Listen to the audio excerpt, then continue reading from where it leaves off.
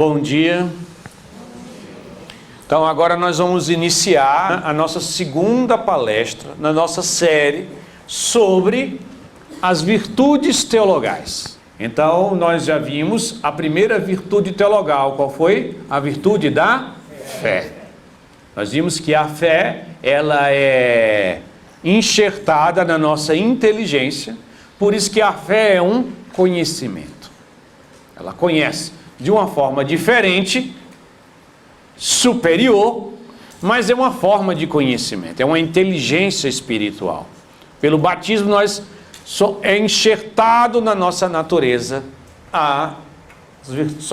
são enxertadas as virtudes teologais. Lexo sobre a vinda do Paráclito, a vinda do Espírito Santo. E diz assim: quando vier o Espírito da verdade, ele vos guiará na verdade plena, pois não falará de si mesmo, mas dirá tudo o que tiver ouvido e vos anunciará as coisas futuras. Ele disse: olha, eu vou enviar o Espírito Santo e é bom que eu vá. É bom que eu vá. Que o Espírito Santo vai ser enviado sobre cada um de nós. Qual é o papel do Espírito Santo? O papel do Espírito Santo é nos conduzir à plenitude da verdade. Nos conduzir no caminho da verdade. Ele vai nos ensinar aquilo que ele escutou do Pai e do Filho. Não sei se vocês já viram aquele ícone da Santíssima Trindade, Rublev. São 3 anjos, né? E você vai ver que o Espírito Santo está assim. Ele está prestando atenção, escutando o que o Pai diz para o Filho e o Filho diz para o Pai. Ele está escutando. Ele está escutando para quê? Para contar para a gente. É isso que o Espírito Santo faz. Ele faz a gente participar do diálogo da eternidade entre o Pai e o Filho. O Pai ama o Filho, se dá todo ao Filho, e o Filho devolve tudo para o Pai, em louvor, em ação de graças e obediências. E é gerado o Espírito Santo. O Espírito Santo, como diz aqui no texto, não fala de si mesmo. Ele fala de quem? De Jesus e do Pai. Como diria um grande teólogo, o Espírito Santo é a pessoa escondida para depois da Santíssima Trindade. Nós nunca conhecemos o Espírito Santo de forma direta. Só conhecemos o Espírito Santo como ele age. Porque o Espírito Santo, toda vida que o Espírito Santo vem, o que é que ele faz? Revela Jesus ou revela o Pai. É a grande obra do Espírito Santo. O Pai enviou o seu Filho Jesus Cristo, e Jesus falava de quem? Do Pai. Jesus enviou o Espírito Santo, e o Espírito Santo fala de quem? De Jesus e do Pai. Então sempre revelando um outro. E o batismo faz a gente assimilar, receber essa vida divina, e as virtudes teologais são aquelas que nos possibilitam. O Espírito Santo empurra, nos direciona com que as nossas virtudes teologais possam crescer e se desenvolver. Então, ontem nós vimos que a fé faz a gente conhecer a verdade. A fé faz a gente ficar estatalado, abismado. O que é que a fé nos revela? Que um dia Deus se fez homem.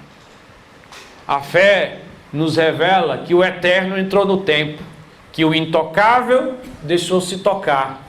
O que é que a fé nos mostra? Que um Deus todo-poderoso um dia aceitou chorar, sofrer, partilhar a vida conosco. Aquilo que Santa Teresa gosta de chamar a sacratíssima humanidade de Jesus. A fé faz a gente descobrir e ficar com temor e tremor diante disso. Como? E a grande dor, porque nós vamos conhecendo. Quanto mais fé nós temos, mais nós conhecemos quanto nós devemos a Deus. A fé nos faz nos descobrir devedores.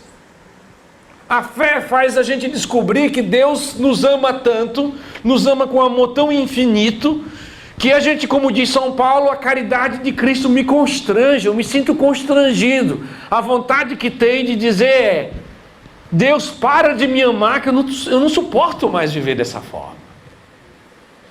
A fé faz a gente conhecer, a fé é a visão, é a visão espiritual das coisas. Só que, meus irmãos, Deus seria muito maldoso conosco. E Santa Teresinha já diz isso. Se Ele nos fizesse conhecer todas as coisas e não desse a nós a capacidade de responder, seria quase que uma maldade. Na verdade, quase não é uma maldade. Conhecer toda a bondade de Deus e sentir incapaz de responder a Ele. A fé só faz a gente conhecer. Não sei se o só tem sentido, mas o que a fé faz? Faz a gente conhecer as coisas. Eu saio da ignorância e passo para o conhecimento, né? Por isso que a fé é inserida, é enxertada na nossa inteligência. E, meus irmãos, aos poucos o que vai acontecendo? Alguns resíduos, alguns pingos que estão na virtude teologal da fé caem na nossa inteligência de vez em quando. E a gente toma um susto. Deus é assim. É só uns pinguinhos que vai caindo aos poucos. Só que quanto mais a nossa fé vai ficando desperta, quanto mais a pessoa vai entrando no caminho da contemplação, mais ela vai se abismando com aquilo ali.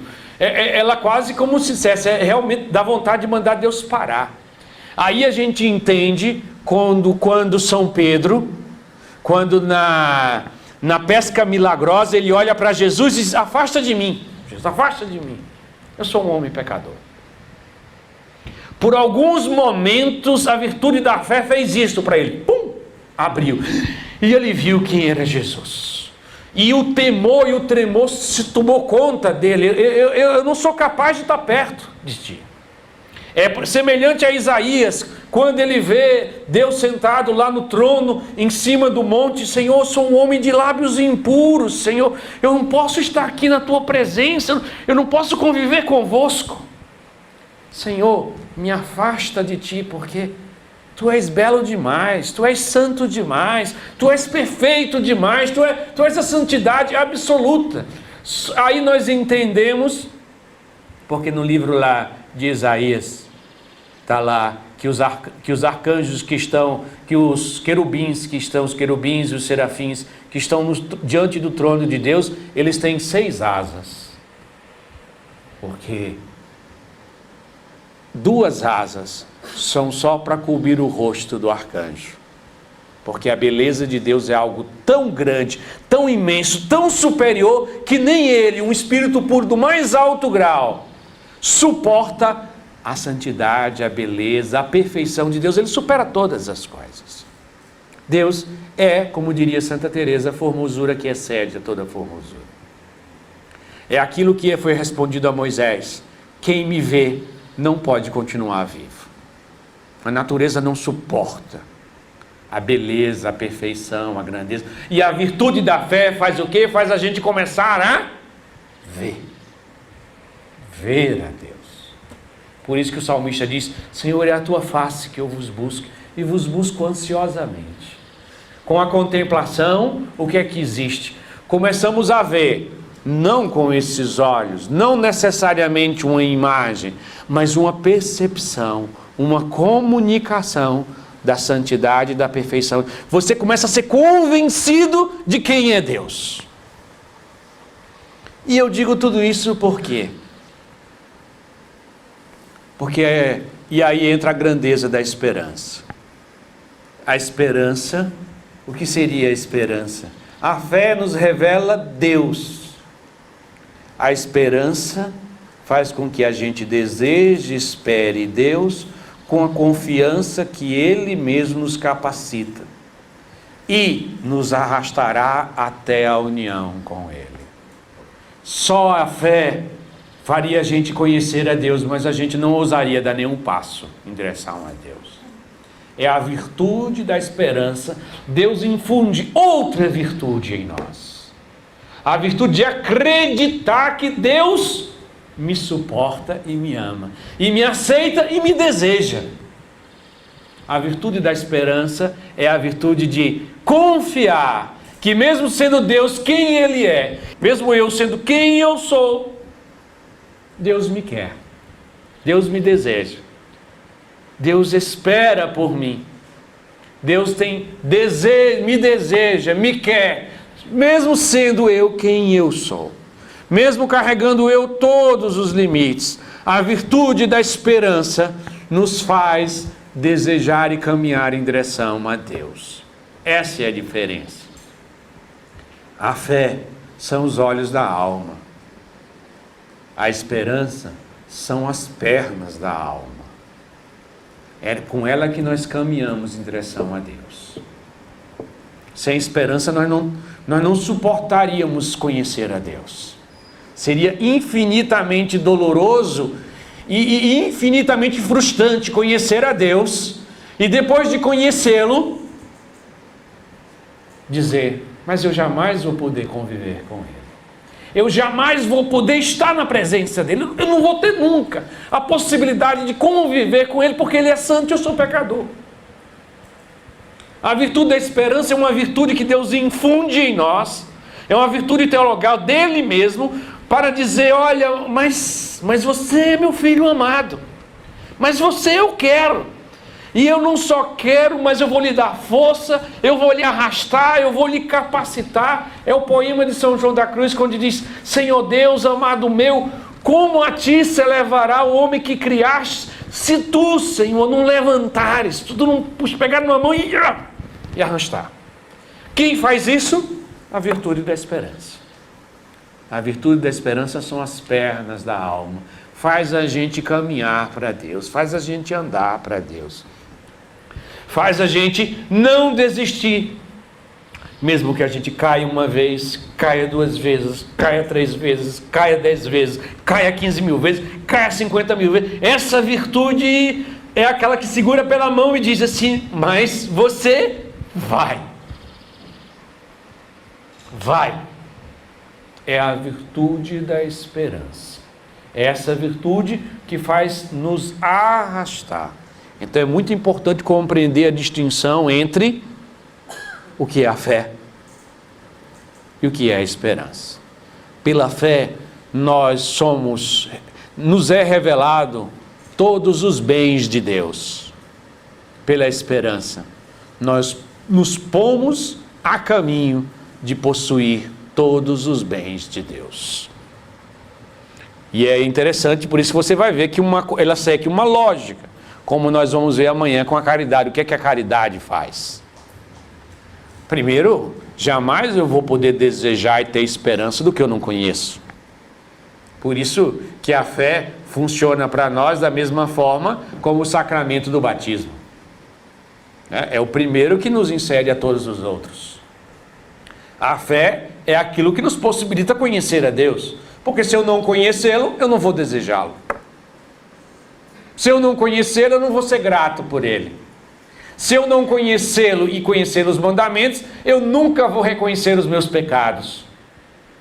Pela fé eu conheço. Por isso, mais uma vez repito, a fé é colocada na nossa inteligência, para que a gente conheça a Deus. Lembra que na primeira palestra eu dizia: Deus criou o homem capaz de Deus. E criou cada faculdade na nossa alma com uma relação com o conhecimento dele, com o seguimento a ele, com a união com ele. Então nós somos um paciente compatível para receber um transplante. O transplante da vida divina. A vida divina é colocada na nossa alma no batismo para que ela comece a operar. Mas ela encontra um lugar para se encaixar. Tudo na vida divina tem um lugar em nós para se encaixar. Porque nós somos criados para a união com Deus. Quando Deus pensou em te criar, tudo que tem em você foi pensado para a união com Ele. Não existe nada. Eu vou dizer até uma coisa que talvez seja difícil você entender. Até os teus defeitos está num projeto de Deus. Nada escapa. Ele é mais poderoso do que você supõe e imagina. Ele é mais perfeito ao criar e ao fazer do que você supõe e imagina. Nós nunca vamos compreender a grandeza da sabedoria e a perfeição de Deus operar. Porque a perfeição de Deus operar seria muito pouca se Deus só conseguisse operar em coisas boas. Se Deus só conseguisse operar por meio de virtudes. Mas a grandeza de Deus é que Deus consegue operar até por meio de pecados e misérias. Ele é tão perfeito que pode fazer isso. Nisto consiste a sua grandeza. Então, meus irmãos, a fé nos faz conhecer a Deus, os seus mandamentos, as suas verdades, a sua santidade, a sua perfeição. A esperança faz com que eu diga: isso foi feito para mim. Isso é meu. Isso que foi dado. O Jesus é meu. O céu é meu. A santidade é para mim. A virtude teologal, por mais que você reconheça e diga: não, mas Deus me criou para a união íntima com Ele. É a virtude da esperança que faz isso. Mesmo que a gente olhe para a gente e diga: parece que não tem nada a ver entre o que eu sou e o que eu sou chamado. Mas a virtude da esperança ocupa esse espaço entre o que eu sou hoje e aquilo que eu sou chamado a ser. E aí, São João da Cruz vai nos ensinar que a virtude da esperança, ela é enxertada na nossa memória. A nossa memória, a virtude da esperança, ela é enxertada na nossa memória. E depois nós vamos entender por que essa realidade. Porque especificamente a memória, ela é enxertada aqui. Então vocês vão escutar agora aquele mesmo texto do livro Noite Escura de São João da Cruz, que ele comenta o poema das características aqui. Ele diz assim, livro 2 da noite, capítulo 21. Ele diz o seguinte: logo acima desta túnica branca da fé, vocês estão lembrando, né? A fé é uma túnica branca que nos faz invisível ao demônio, e o demônio é o primeiro inimigo. Então nós ficamos escondidos do radar do demônio, e ele não pode ligar os torpedos para nos atingir quando nós estamos em fera ardente. Quando nós exercitamos o ato de fé, quando nós vivemos sobre a influência da virtude teologal da fé, o demônio nos perde do radar dele. Então esse é uma túnica, ele diz, é uma túnica. Em cima dessa túnica sobrepõe uma alma, uma segunda veste, que é uma almilha verde. Todos vocês já devem ter visto aqueles filmes de cavaleiros da Idade Média, né? Você tem que ver que São João da Cruz está na Idade Média. A almilha é aquela roupa meio de ferro, meio de pano, que cobre tudo aqui, aquela que bota, para que quando você bater a espada e bater e não furar. Não chega a ser a couraça. É um tecido com metal, né? É uma trama de metal. É uma trama de metal e pano para fazer com que aquele corpo... E ele é coberto... Você lembra que aquele soldado tem uma túnica embaixo, porque ele tem que colocar uma túnica, porque se ele colocar aquilo em cima do corpo vai rasgar o corpo todo. Tem que ter uma túnica toda por baixo, que no caso é a fé, e essa humilha, que é essa roupa, essa trança de pano e metal, que faz com que ele possa receber alguns tipos de pancada sem sentir a pancada, né? É um tipo de armadura que tem. Ele disse, olha, é uma armadura verde, uma humilha verde, que essa é a esperança. Porque essa cor significa a virtude da esperança, como já dissemos acima. Por meio dela, em primeiro lugar, a alma se liberta e defende do segundo inimigo, que é o mundo. A fé nos defende do demônio e a esperança nos defende do mundo. Ele diz, olha, se você estiver vestido com a humilha da esperança, o mundo não tem poder sobre você. A virtude da esperança é o contrário do mundo, ela defende do mundo. Continua ainda aqui em outro texto, ele diz, eis a propriedade da esperança, cobrir todos os sentidos da cabeça da alma, para que não se engolfe em coisa alguma deste mundo, e não haja lugar por onde os possa ferir alguma seta deste século, alguma coisa deste mundo. Ele diz, olha, a esperança faz com que você não fique engolfado. O que é engolfado? Mergulhado, né? Misturado com alguma coisa, você seja todo mergulhado na realidade do mundo. Ele vai dizer, você vai defender o mundo. E que seria? E ele vai dizer mais o seguinte ainda,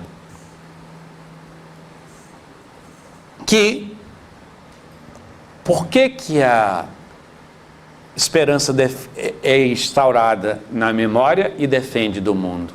Porque a memória é o lugar aonde a gente guarda os nossos bens.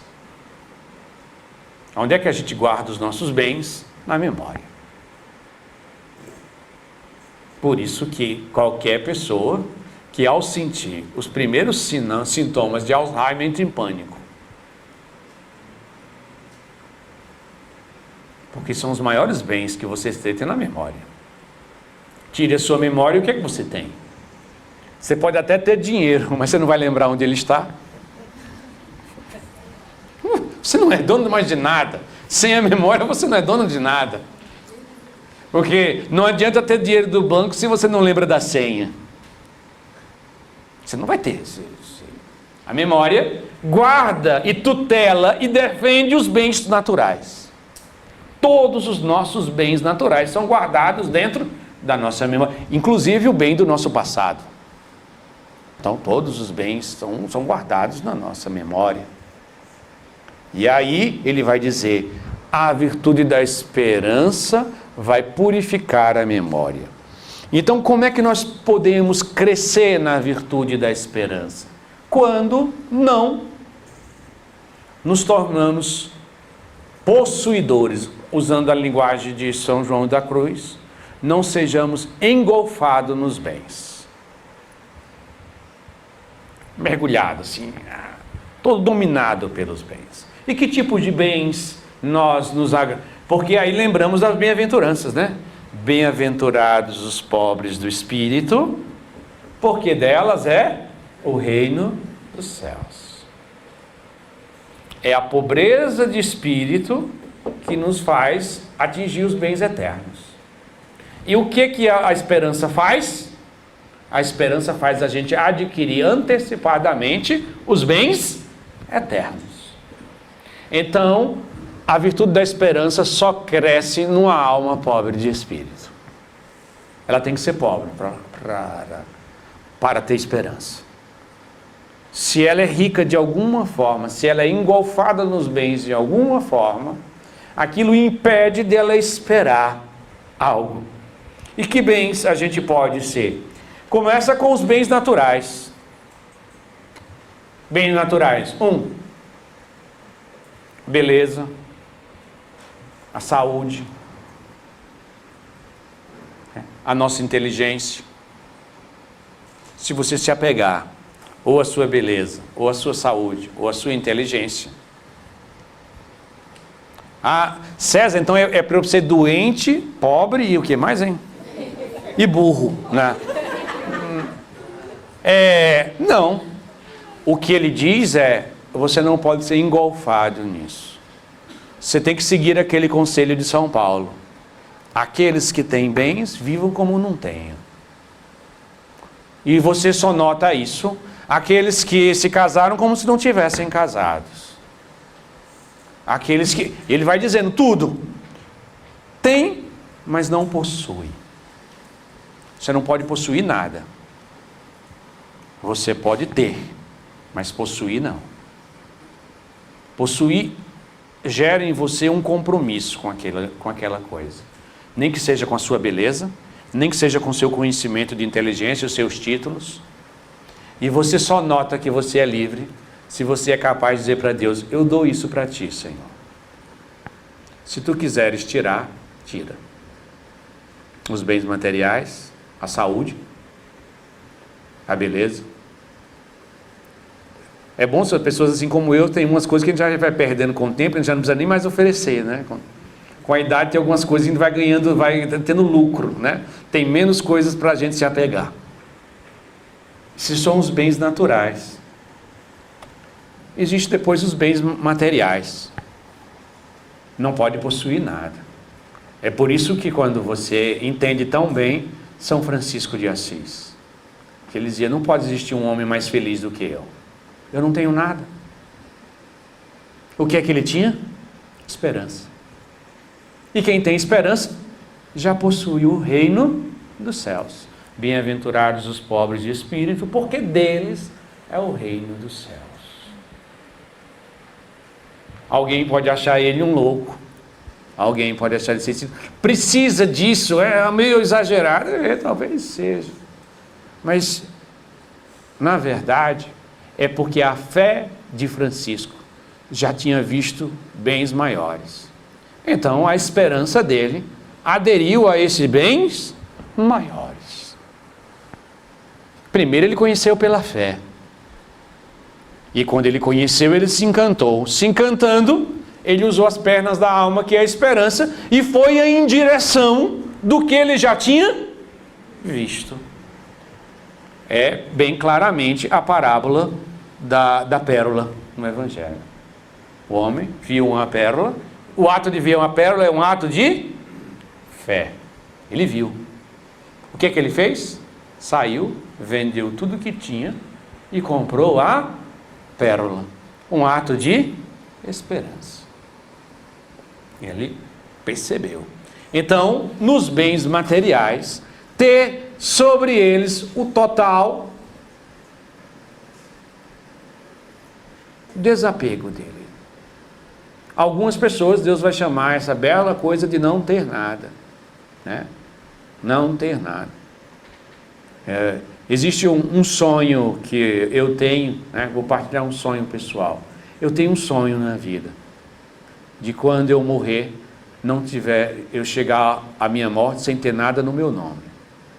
Nem casa, nem carro, nenhuma conta bancária no meu nome. Eu queria morrer pobre. Não ter nada. Para que eu tenho alguma coisa? Até porque, pelo desígnio de Deus, Deus não me deu filhos naturalmente falando, então não tenho para que pensar em deixar algum bem. Para quê? Que bem? Para quê? Para que eu vou juntar bem? Porque quem tem filhos tem um sentido. E é óbvio que o sentido tem. É próprio do estado de vida concreto da pessoa, da realidade. Nós nunca podemos negar essa realidade. Francisco fez o que fez porque ele era o quê? Celibatário, é óbvio, evidente. Nenhum pai de família pode negar a seus filhos, não, eu escolhi ser pobre, agora eu vou doar tudo que tem. Não. Você não é pobre, você é irresponsável. É diferente. Né? Mas a todos nós somos chamados a ter desapego. Ter como se não fosse nosso. Tudo aquilo é administrado. E eu só sei que isso é verdade.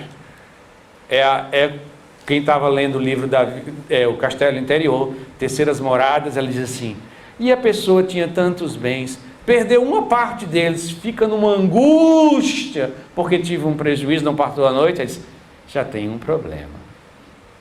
Se os seus bens materiais lhe preocupam, é porque você gosta dele mais do que devia gostar. Os bens materiais só devem nos ocupar, jamais nos preocupar.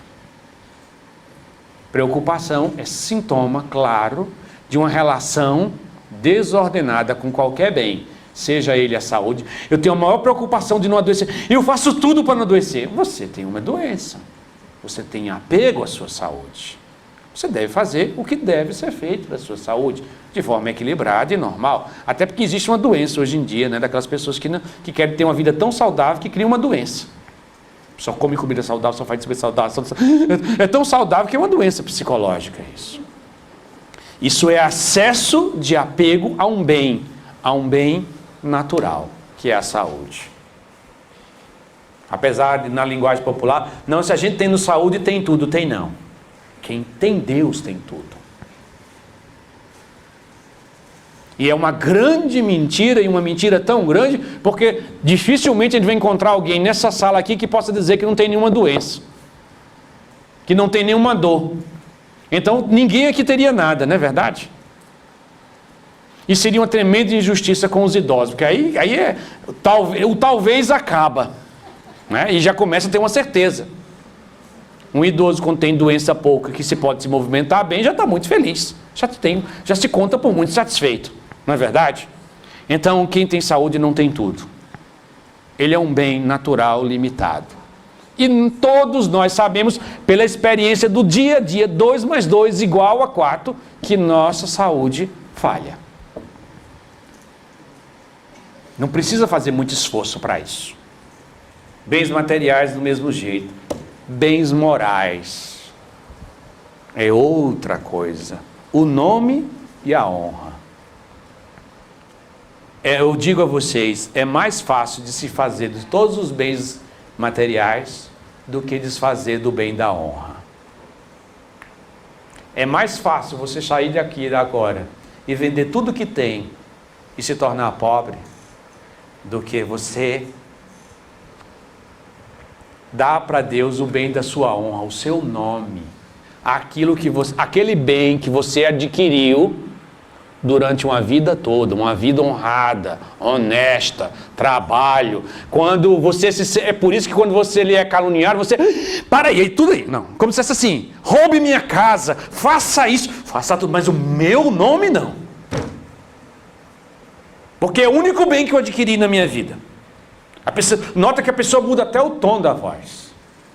Está apegado a este bem, o bem da honra, o bem do nome. Esse eu já digo a vocês, esse é mais caro de tirar. Esse daí, para tirar, vai de 5ª para 6ª morada em diante, porque não é fácil. É muito mais fácil vender tudo e morar na rua do que expor o seu próprio nome. O nome é mais caro. A honra é mais cara. E por isso, é um bem mais precioso para dar para Deus.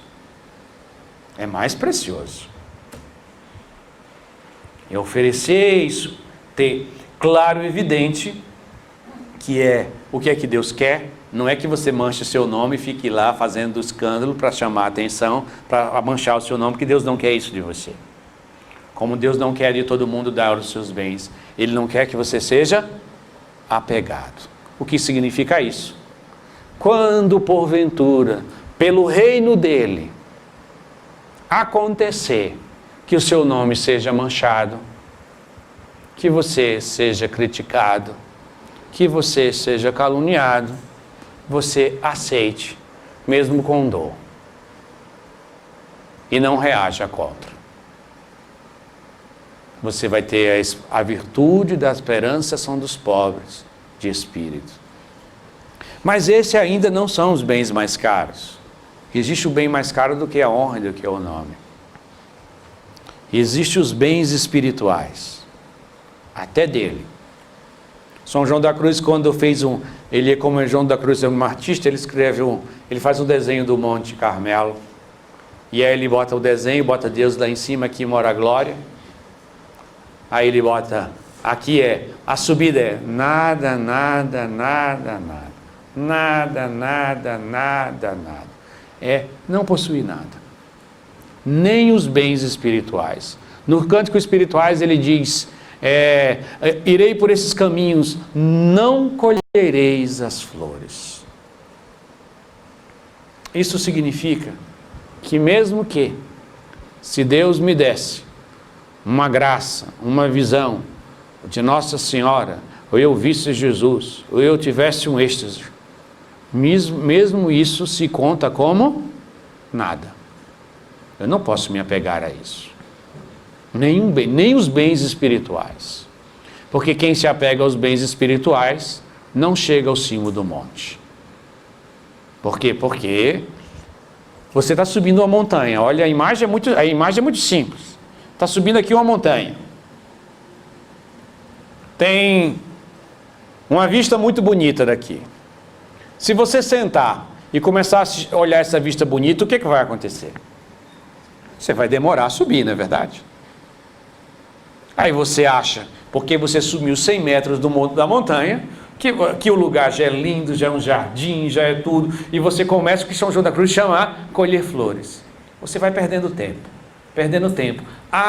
O Senhor, quando eu rezo, eu sinto flores, cheiro de flores, negócio. Eu sinto isso, eu vi isso, eu vi aquilo. Pode ver, não tem problema nenhum. Deus dá, tudo bem. Não tem problema. Deus pode dar, não dá, isso tanto faz como tanto fez. Mas isso não conta. Santa Teresa, que era uma mulher comerciante, ela dizia: irmãs, virtude é prata, é dinheiro. Graças recebidas é dívida. O que significa? Se além da dívida de que Deus morreu por mim, Deus criou o mundo, morreu por mim, além de tudo que eu já devo a Deus, se eu tiver um êxtase, eu aumentei mais um pouquinho a minha dívida. Já devo mais uma coisa a Deus. Mas na hora que eu amo alguém difícil, quem é que vai ficar me devendo? É Deus. Ele diz: irmãs, virtude é prata, é moeda, é o que serve, é o que funciona, é o que anda, o que faz andar a coisa, não é o que Deus lhe dá, o que você dá para Deus. É o que você serve aos seus irmãos, é isso, vá, faça isso. Se Deus lhe der uma graça, deu, obrigado Jesus, e já continua. Não se apegar nem aos bens espirituais.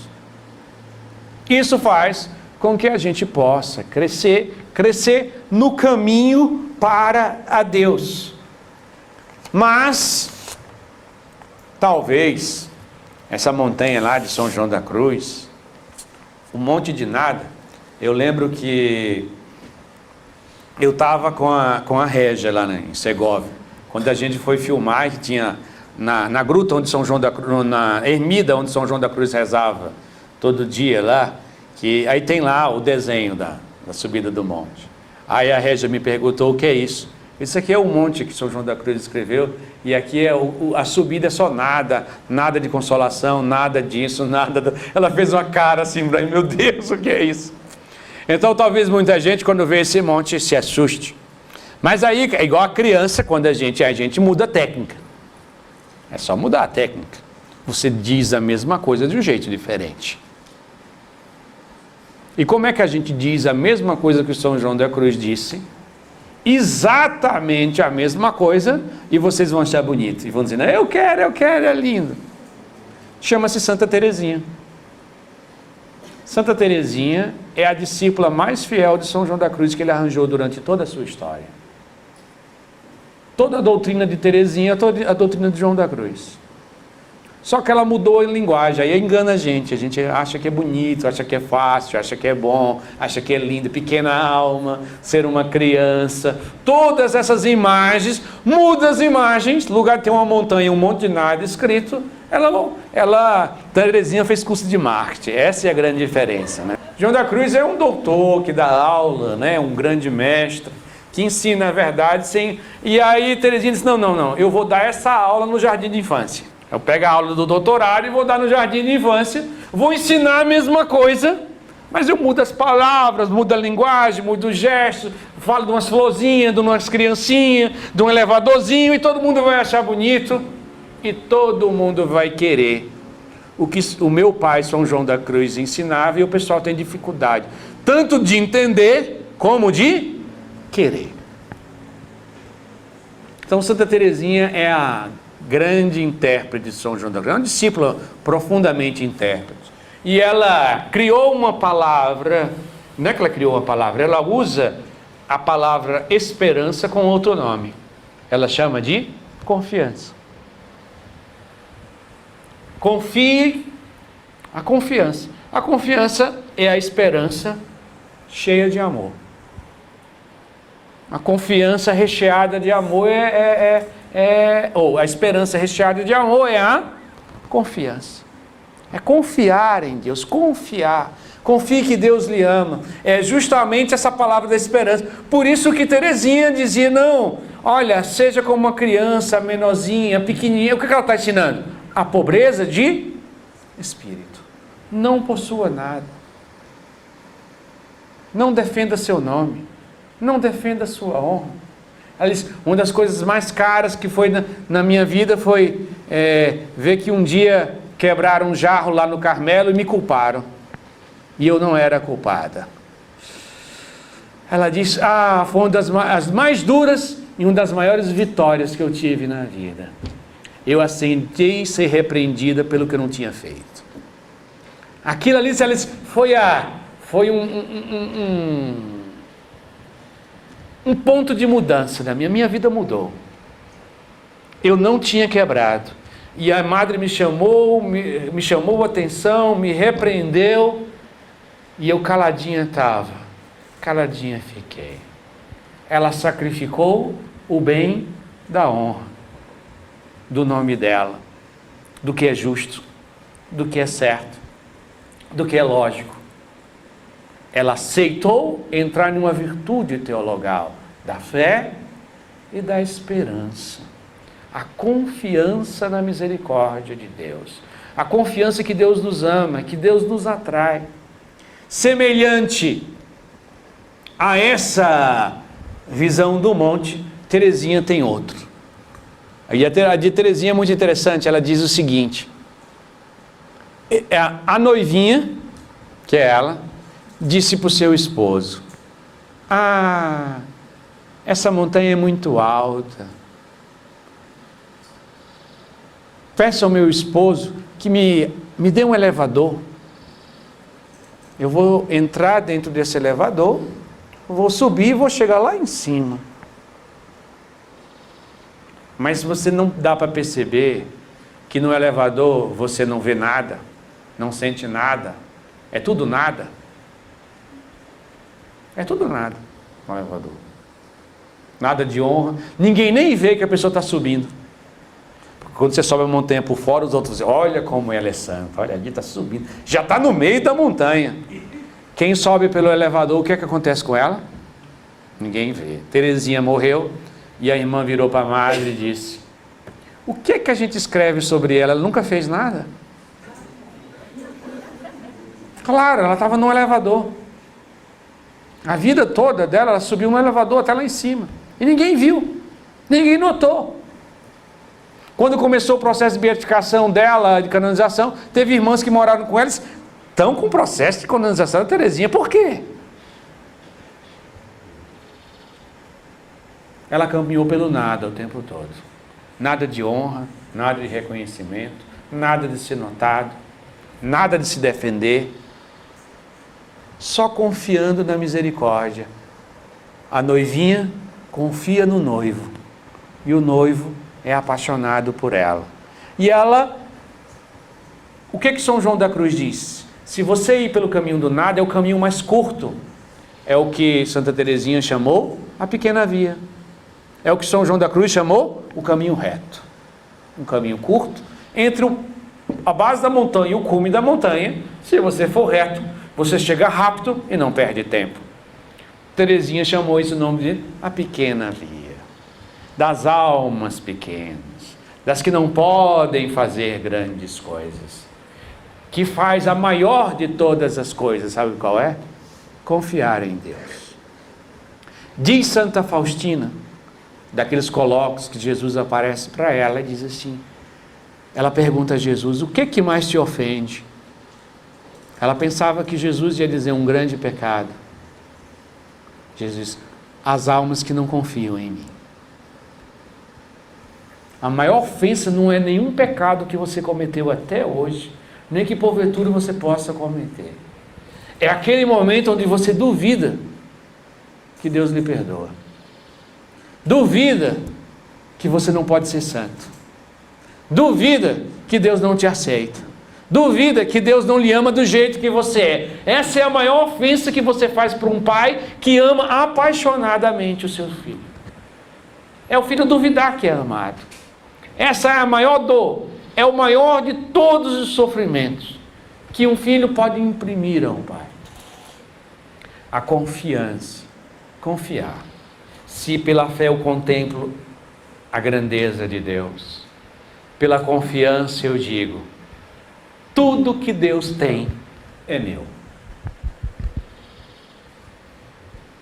Pela fé eu vejo toda a santidade a qual eu sou chamado, e eu digo: é loucura muito minha, Senhor, esperar com terno ardor, apesar da minha pequeninez, eu desejar as coisas grandes, as coisas elevadas, as coisas que estão sim acima de tudo e de todos. Teresinha dizia: é uma loucura que eu tenho dentro de mim, eu tenho uma loucura. E essa loucura se chama esperança, confiança. É confiar de que eu posso chegar lá. Não porque eu confio em mim, mas porque Deus é misericordioso. Porque Deus, sendo bom, não podia fazer essa maldade comigo. Vir para um curso do César para ensinar as 7 moradas e eu não poder chegar lá. Seria maldade. Só um ser mau faria alguém. Mas o ser bom não faz isso. Mostra todos os bens e diz: eu te dou eles. Confie em mim. Tenha fé em mim. Espere em mim. Confie em mim que você chega. Nós não chegamos à união com Deus, meus irmãos, não é por causa do nosso temperamento. Não é porque é por causa de falhas morais nossas. Não é por causa das feridas na área da sexualidade, não é por causa de feridas na imaginação, não é por causa de feridas A, B e C. Nós não chegamos por falta de confiança e por falta de adesão a Ele. E é por isso que nós não chegamos lá. Nenhuma miséria sua lhe impede de chegar à união com Deus. Não existe uma, nem minha nem sua. Porque duvidar disso é duvidar da bondade de Deus, é duvidar do poder de Deus. Duvidar que você pode ser santo é duvidar de Deus, não é de você. É desconfiar a Deus, é ofender a Ele. Duvidar que você pode chegar na 7ª morada é duvidar dEle, não de você. A virtude da confiança, da esperança, os pobres de espírito possuem o reino dos céus. É por isso que essa virtude é inserida na memória. Para quê? A memória sem a virtude da esperança é voltada para o tempo presente e para o passado. A memória, quando ela é purificada pela virtude da esperança, ela se volta para frente. Como diz São Paulo, abandonando tudo o que se passou, miro numa meta e corro em direção a uma meta. É aquilo que São Paulo vai dizer: eu tive tudo em conta de esterco. Os meus bens materiais, os meus bens humanos, tudo é esterco. Já pensou que coragem?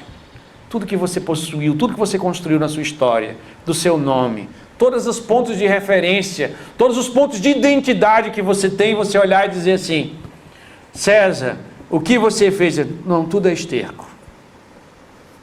O que eu estudei, o que eu trabalhei, o que eu produzi, esterco. Em vista do conhecimento de nosso Senhor Jesus Cristo, eu deixo de me voltar para trás, para me voltar para a frente. E aí começa a existir um grande desejo pela vida eterna. A vida eterna é um desejo do futuro, o céu. Eu não fui criado para viver nessa terra. Os bens dessa terra não são capazes de me fazer feliz. Se você me der toda a saúde do mundo, eu não sou feliz. Se você me der todos os bens do mundo, eu não sou feliz. Se você me der toda a beleza do mundo, eu não vou ser feliz. Se você me der todo o reconhecimento do mundo, se todo mundo me amar e me reconhecer e acha dizer que eu sou a pessoa mais maravilhosa do mundo, eu passo 15 minutos alegres, depois passo. Existe algo, meus irmãos, que está na nossa frente, a eternidade. A esperança nos faz desejar o que é eterno, não mais essas coisas terrenas, mas as coisas eternas, aquilo que permanece, aquilo que está para frente. Por isso aquela passagem do Evangelho que São Francisco usava com tanta propriedade: meus irmãos, vamos começar tudo de novo, porque até agora pouco ou nada fizemos. Só um pobre de espírito faz isso. Não se apega ao que fez. César, o que importa, quantos retiros você pregou, não interessa. Não interessa o que eu servi até Deus até hoje. Até agora eu não fiz nada para Deus.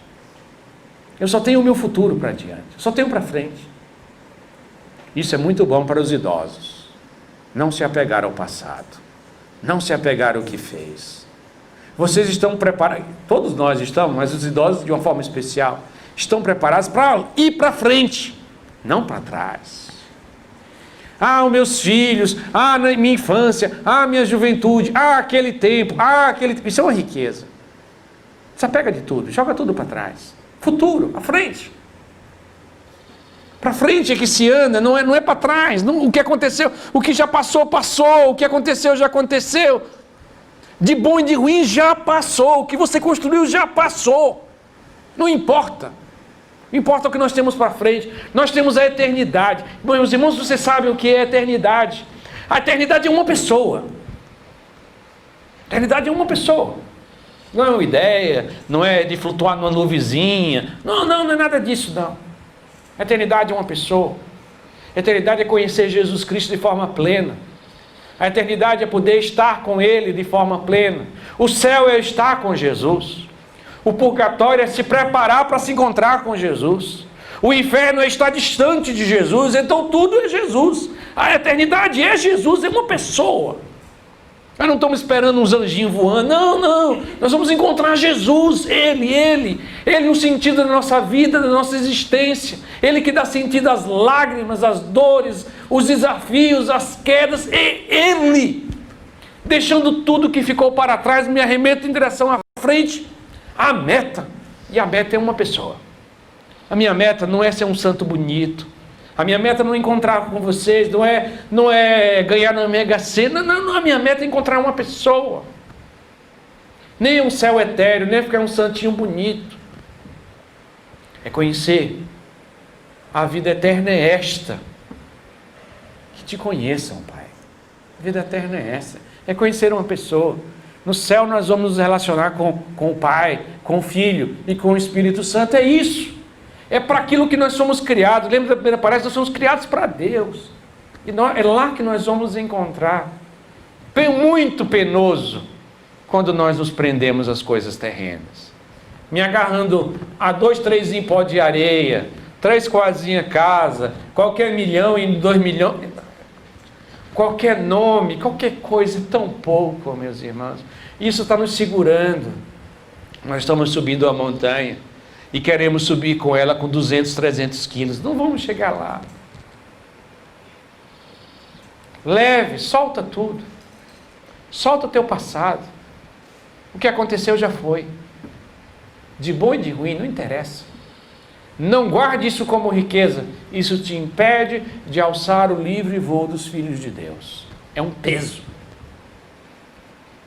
A esperança faz a gente voar em direção a Deus, faz a gente voar em direção à eternidade, faz a gente se encontrar com Jesus e amá-lo com todas as forças do nosso coração, desejá-lo mais do que a vida. Conta-se uma história que um homem queria ser sábio e procurou um grande sábio. E chegou para o grande sábio, um velhinho lá, e disse: olha, eu quero ser sábio. Ele disse: vem cá. Trouxe o homem para a beira de um poço, pegou a cabeça daquele homem e enfiou dentro do poço. E segurou 30 segundos, 40 segundos, 1 minuto, o cara começou a se debater, e se debater, se debater, se debater. E quando tirou, depois de 1 minuto e meio, o cara sem fôlego. Aí o sábio disse para o homem: quando você estava debaixo d'água, o que você desejou? Respirar. Ele disse: então você ainda não dá para a sabedoria. Porque o sábio deseja mais a sabedoria do que respirar. Que nossa esperança faça isso. Que a gente deseje Jesus mais do que riqueza, mais do que saúde, mais do que beleza, mais do que qualquer bem espiritual. Tenhamos tudo isso em conta de esterco. Arremesse tudo para trás. E com todo empenho, se coloque como uma seta em direção à meta. Aquele que merece todo o amor do mundo. O padre hoje na missa dizia: o que é que você faz? O que é que você faz por tudo que Deus lhe fez? Eu respondo: a esperança pode fazer você fazer algo. Caminhar pressurosamente, apressadamente, em direção à meta. E lá, meus irmãos, como diz São Paulo, olhos não viram, ouvidos não ouviram, o que Deus preparou para aqueles que o amam. E o que é que Deus preparou para aqueles que o amam? Ele mesmo. Não pense em nenhuma outra coisa. Santo Agostinho, conta-se que São Tomás de Aquino foi perguntar o que ele queria. Deus ofereceu a ele: o que você deseja? Eu não quero a não ser uma outra coisa, a não ser a ti mesmo, Senhor. É a única recompensa que vale a pena. Buscar a Deus acima de todas as coisas. Amá-lo. Amar Jesus Cristo. Com todas as forças da nossa alma. Com todo o nosso entendimento. Com toda a nossa vida. Essa é a nossa esperança. Amém.